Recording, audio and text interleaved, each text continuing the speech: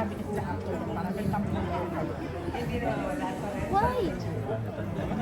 May tampo kami? Oh my gosh, wala. Wala kaming tampo sa... Bakit unang-una? Bakit kami magkakaroon ng tampo sa GMA?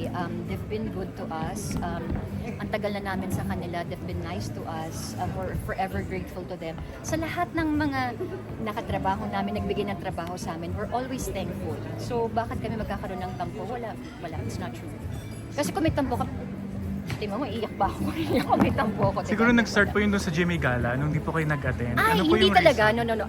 That's the reason we just opted not to go. And they knew. They knew naman talaga. Because yun yung height ng, so parang, kami na lang yung iiwas. Kasi nga, ito yung sinasabi ko na showbiz family kami, pero hindi kami showbiz.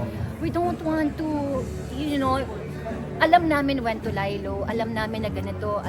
So, it's how you say things. Basta kami alam nila na hindi kami pupunta and they knew our reasons. Kaya natatawa na lang kami sa sabi, ay, hindi sila invited. Yung sabi ko, ay, talaga ba? Yung parang nakakapagod. Lahat na lang ng action namin may ibig sabihin sa kanila. So parang, okay, wag na lang muna. Quiet na lang. Carmina, hindi ka nagmalit. Siguro kung si sabi kung si Rupa at si Aiko yan, nasa situation mo. Attend. Paano ba? Rampa kung rampa. Siguro hindi ko na talaga siya character.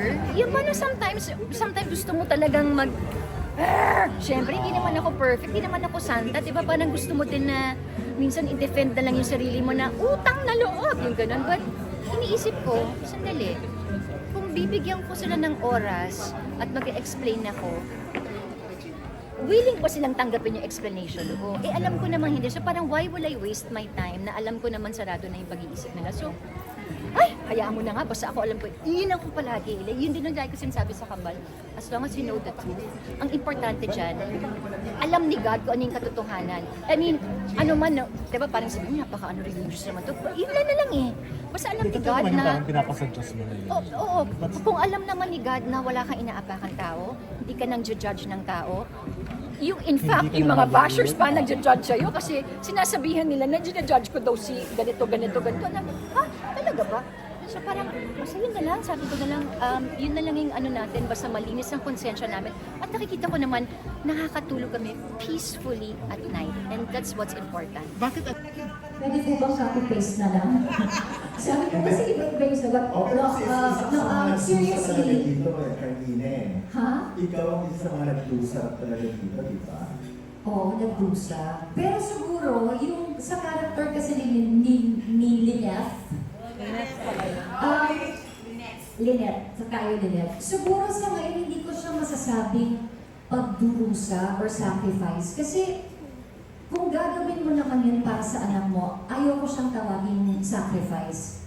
Gusto ko na ginawa ko yun, whether na nahirapan ako o hindi, okay ako dun kasi para sa anak ko yun eh. So ayaw ko siyang gawing sacrifice kasi parang negative yung, parang sa akin parang negative lang yung turn niya. So parang si Carmina at si Lynette gagawin ng lahat para sa anak niya. And siguro yung natutunan ko sa character ni Lynette na pagdating sa education, kasi no read, no write siya eh. So, parang dahil sa suporta nila sa isa't isa, yung mag-ina, parang sabay silang nangarap. So, habang nag-aaral yung anak niya, nag-aaral din yung nanay niya. So, parang pagdating sa education, dapat hindi natin ikariya na kung ano man yung edad natin, kung ikaw ay nasa grade school, high school, kung it's about education, okay lang yun. Dapat kung para sa sarili mo, kung para mapabuti mo yung sarili mo, dapat hindi mo ikakahiya yun. So parang ang galing niyang motivation din para sa akin na to try, learn new things, yung mga ganon. Kasi nga, ano yan eh, parang nakakadagdag yan sa sarili mo, sa confidence mo, yung ganon.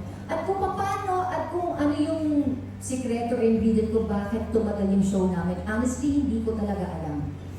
Ito talaga ay hindi namin ine-expect lahat. Basta kami, gumawa lang kami ng teleserye na talagang makakapag-inspire sa mga tao at yung makaka-relate. Kasi siguro tayo mga Pinoy kasi masyado tayo mapagmahal sa pamilya, lalo na yung mother and child. Kaya siguro ang daming kumapit kagad sa storya namin kasi parang through thick and thin, parang magkasama, parang masaya na sila, basta as long as magkasama silang dalawa. Yung simple happiness, simple joys, mas maligaya na silang dalawa. So, kaya siguro parang tumagal yung show namin. Gano'n ka pa magdadagdag, Kuya Arwan? Nagkakita gusto ko bumalik din sa pag-aaral pa, gusto ko mag-aaral pa. Ay, oo, gusto ko mag-aral pa ulit. Na-inspire ka sa character. Oo, na-inspire talaga ako. Kasi, like I said, parang pagdating, pag nag-college ka naman, wala namang pinipiling edad eh. So, Yes. okay, ang dami namang online. Ang dami ng pwedeng, ang dami ng mga ways, not only going to the literal school, but through online, ang dami mo nang pwedeng gawin, di ba? Ano sa course ang gusto mo kunin? If ever lang. Gusto ko siguro business. Baka sa business. Baka naman. Or psychology. Gusto ko psychology. Kasi nung high school ako, parang nung magka-college na ako, I really wanted to take up psychology. Kaso napunta ako sa advertising.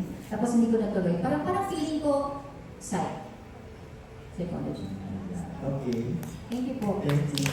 Good choice.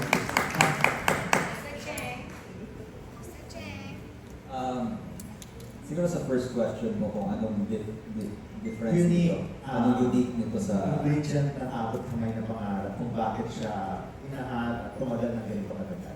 Yeah, siguro it's because lahat ng cast dito, they've opened themselves up to each other. Siguro like for myself, I can say for myself na this is the first show na talagang in-open up ko yung sarili ko sa lahat ng cast members. And baka nasobra ka pa nga.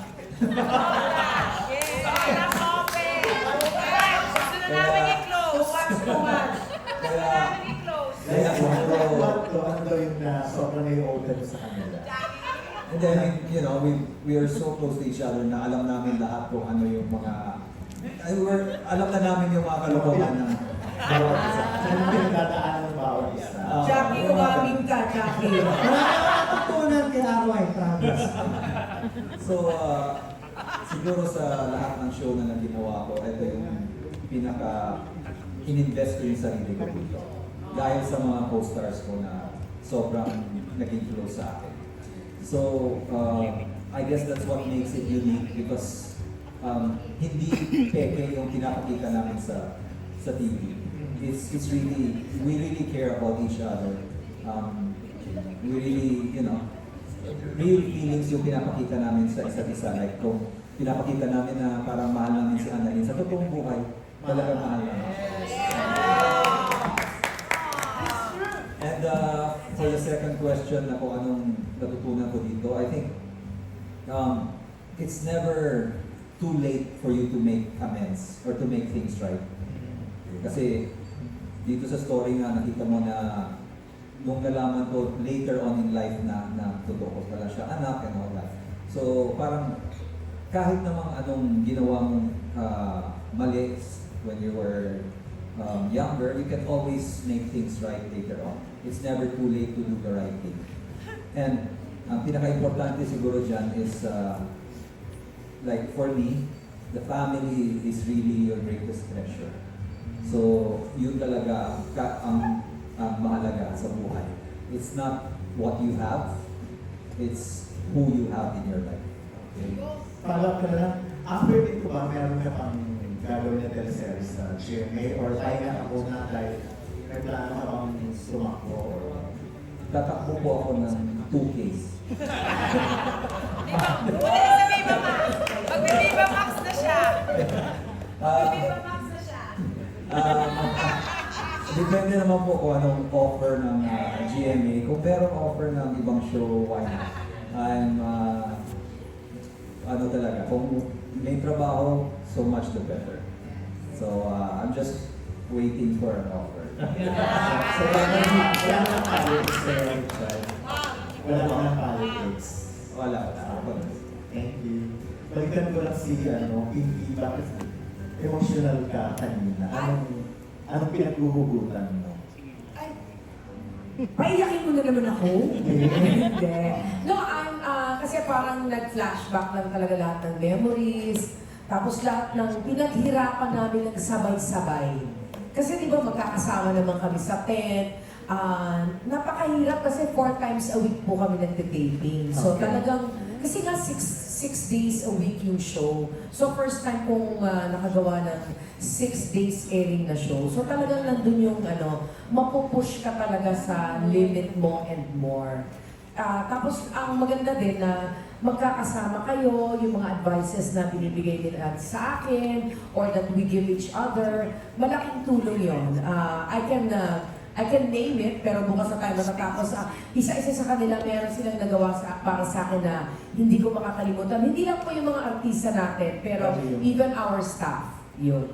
And of course, it's an opportunity na talagang binigay sa akin ng GMA. Siyempre, I'm very, very thankful for that. Yun po. Thank you. Thank you so much.